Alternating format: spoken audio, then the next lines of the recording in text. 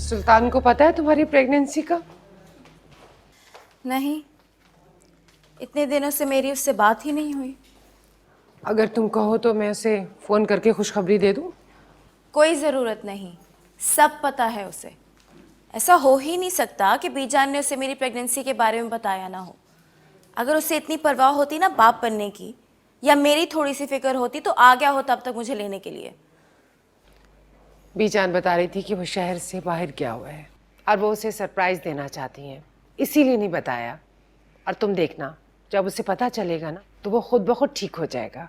मुझे उसके ठीक होने या ना होने से कोई फर्क नहीं पड़ता। मेरी उससे अब कोई एक्सपेक्टेशंस ही नहीं। मुझे उसकी मोहब्बत भीख में नहीं चाहिए। क्यों रहूं एक अनचाही बीवी बनकर, वो भी एक बेहिस और एक बेमुरव्वत शख्स के साथ। तुम्हारा अपना ही इंतखाब था, तुम ही ने जिद की थी उससे शादी करने की। दिमाग खराब हो गया था मेरा, पागल हो गई थी उसकी मोहब्बत में मैं। अब कौन सी अकल आ गई है तुम्हें? अहम काना फैसला करके बाद में पछताना तुम्हारी पुरानी आदत है। अपना बसा बसाया घर छोड़कर यहाँ आकर बैठ गई हो। आप चाहती हैं कि जिस शख्स ने पूरे 1 महीने से मुझे पलट कर नहीं पूछा, मैं बेगैरतों की तरह उसके पास खुद उठ के चली जाऊं?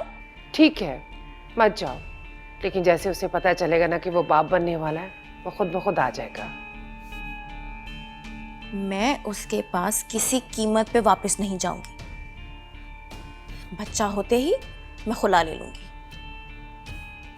सारी उम्र मैं उसे बच्चे की शक्ल तक नहीं देखने दूंगी।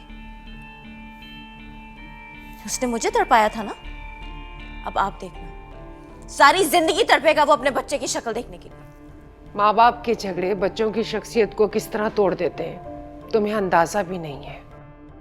सुल्तान की ये हालत भी भाई साहब और भाभी की झगड़ों की वजह से हुई है। देखो बेटा, अभी भी वक्त है, तुम कॉम्प्रोमाइज कर लो। कॉम्प्रोमाइज? उस शख्स के साथ कॉम्प्रोमाइज जिससे मुझ में कोई इंटरेस्ट नहीं है, जो घर सिर्फ सोने के लिए आता है।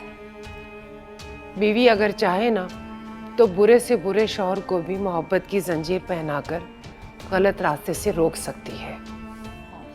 आप क्यों चाहती हैं कि मैं उस जालिम शख्स के पास वापस चली जाऊं, उस जहन्नुम में वापस चली जाऊं? अपने घर को जहन्नुम मत कहो, ये वही घर है जहां तुमने ब्याह कर जाने की जिद में एक लड़की की जिंदगी बर्बाद कर दी। शायद उसी की बद्दुआ लगी है तुम्हें।